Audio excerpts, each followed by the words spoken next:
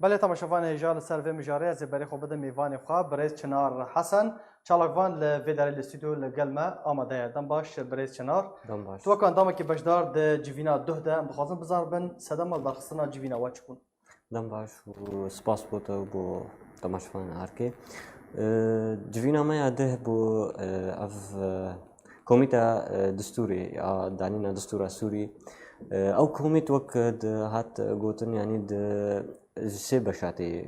ريجيمي و اوبوزيسيوني و جواكا سيفيل تشتك ندات پرورانه هات دالي كردا دا كرن يعني نافين كردا اي بشدار دوي كوميتي دا خاصة دا مجال جواكا سيفيل دا جالكي كيم و نافين جهاتن اقصاء كرنش نافين مرشح بون واك تشتن داتن يعني تسريباتن دبون انه چند اندام کرداوی بشدار بن دوی کمیته دا به تایبت کمیته جواکا به تایبت بشی جواکا سویل کمیته دانینا دستوری دا آخر يعني تشتي قوتن انه او قلكي تشتكي نادا پرورانه دجي کردا بوا بشدار بونك قلص تيدا هي بشدار كيم طبعا نج علي كرداويج علي كس يعني علي ام دبیننج آلینا و بوی یعنی دژی کردا انه او بجربونا کردا کم بیت دژ بوی کرد رولا خونه لیزن دانینا دستورا سوری دا و دانینا دستورا سوری تشتکی گلیکی گرینگه بو روشا سوری آنها آتی گوتن یعنی جواکا ناب دولتی همونها بحثا کمیتا دستوری دکی و دانینا دستوری و اوا دمک دریجا چه سیوان دیمستورا نوینری نتوینیا گرتی بو روشا سوری آن بیدرسون اوای هموجی حتی گهان وی آستانو نوا بیشن اما ما وكا بيانك او وكا يعني ديجي في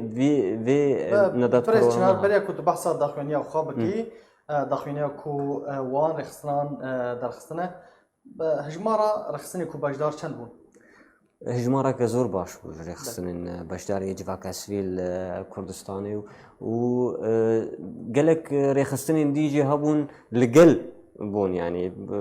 ايجو حاضر بوي بتمثيل واناجي ذكرن يعني او رخصتن حموجي لقل في بيانينا يعني ايجو باشدار يعني رخصن يعني زور باش باشا بياما واتش بود داخوينيا وذا بياما ما بو نتوين يقرتي بو نونري نتوين يقرتي بو روشا سوريا انه دبي تشتك ببي بجربونا ككردا حجم كردا سوريا بجربونك بهبت تایبەت مندی كويا خاصة بكردا كردا نتوا ددوان لسوريا يعني دبي وقت اف ندات پرورانا دجيوانا ببي يعني تشتكي او دستور رايام بداية خود تشتكي خراب دكي يعني بداية داينا في دستوريا تشتكي خرابة يعني وقت كرد بشدار نبن وقت بيكادين ديك بشدار نبن افاجي وقت بداية خود اتشتهي يعني داينا دستوري باشا بياما وا يانجي داخوينيا وا بدست وا رادسي آلية كي زلهز يانجي آليين ينكسن باندور وا رادسي وان كرن او بيام دي رادستي نوينرين نتوين يقرتي بو روشا سوريا ببي مكتبة مبعوث دولي وقعو دبيجن و يعني بدست ببي او بيام وتسليمي ببي هر كسك يعني گریدایی وی مثلا بو داینا دستور سوریه چه اپوزیسیون بی نافین کو جواکا سیویل وکم زارن پنجی ناف هاتنه هل بجارتن هاتنه دستشان کرن ده لرنا تده لگوری کفاءت هاتنه دستشان کرن یانجی کسن تده هنه نفس پورن از دبینم کمیته دستوری چه عالی اپوزیسیونی و چه عالی رژیمی و چه عالی جواکا سیویل و بی نبوی آستا هایا گام بجن بوی داينا دستورك يعني إما از أواد بينهم بس جور وضعي جور تايبت مندية وضعي سوري أو روشة تيدا درباز تبي روشة شر وروشة مالوراني يعني وك جواكا ناف دولتي أف كوميتا دستوري ديت وك درباس بونا كيش في روشة يعني و اف كوميتا نهاتي داني يعني اف كوميتا نهاتي يعني تمام كرن بدمك كيم افا دمك دريجه دبي يعني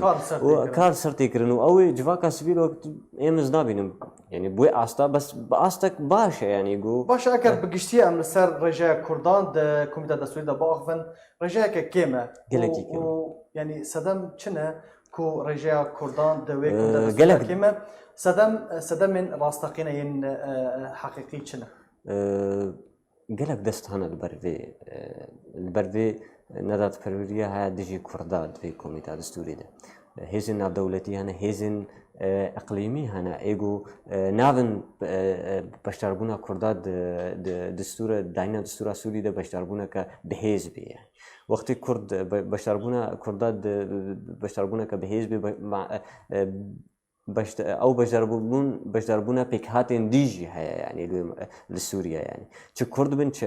بيكهاتين دي بن همو دي بشدار بن دوي داينا دستوري ده وقت ديجي كردا اود بي ديجي بيكهاتين ديجي دبي كرد و بيكهاتين دي همو يك دست بن جبوي ما في خوش بو